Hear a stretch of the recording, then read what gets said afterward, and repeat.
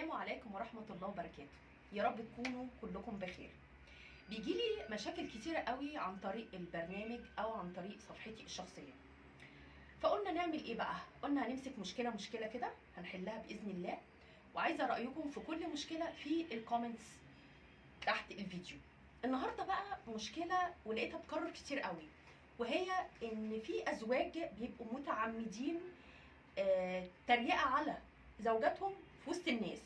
يعني تلاقيكي قاعده كده لا بيكي ولا عليكي، وطلع لك بكلمه كده لا دي اكلها وحش، لا دي مش عارفه تعمل ايه في البيت، وبيقلب الموضوع لسخريه، فبالتالي بيدي احساس للبقيه القعده كلهم اللي هو بيتريق عليكي.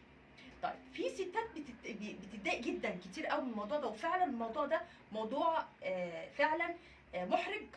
والزوج لما تيجي بتواجهيه بالموضوع ده يقول لك ده انا كنت بهرج، ده انا بخلي بس الناس تضحك، اصل انا شفتك مكشره. الكلام ده كله ممكن يبقى فيه تبريرات من ناحيته. طيب حله ايه بقى؟ حله ملوش غير حلين الموضوع ده. اول حل تجاهل، كانه ما بيتكلمش خالص، وعدي الموضوع مره واتنين، وتروحي تروحي البيت، تمام؟ او لو عندكم ضيوف في البيت يمشوا، وتقولي له مثلا انت احرجتني بكذا كذا كذا، بس تقولها له باسلوب يبين له ان هو زعلان مني، يعني انت زعلانه بجد، فاهماني؟ مش تقولها له من ناحيه التهريج او الضحك او الكلام ده، لا، اديله احساس ان انت فعلا متضايقه من الموقف ده، تمام؟ طيب كرروا بقى الموضوع ده بقى برضو متعمد اللي هو يكرره.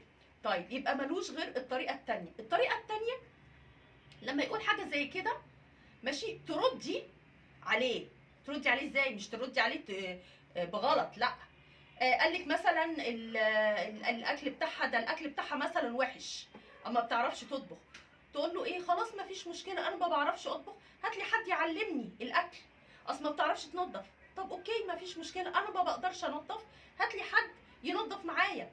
في الساعه دي هيعرف ان في رد فعل منك، فبالتالي اي موقف هياخده هيفكر قبل ما ياخده. وهي دي الطريقه السليمه.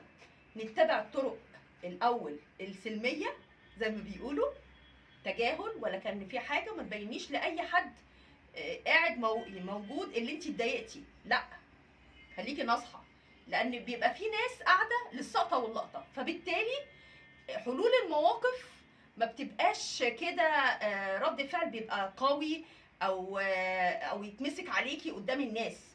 لما يطلعوا من الموقف ده هيقولوا ده جوزها بيهزقها. طب جوزها بيهزقها، امال الغور بيعملوا فيكي ايه؟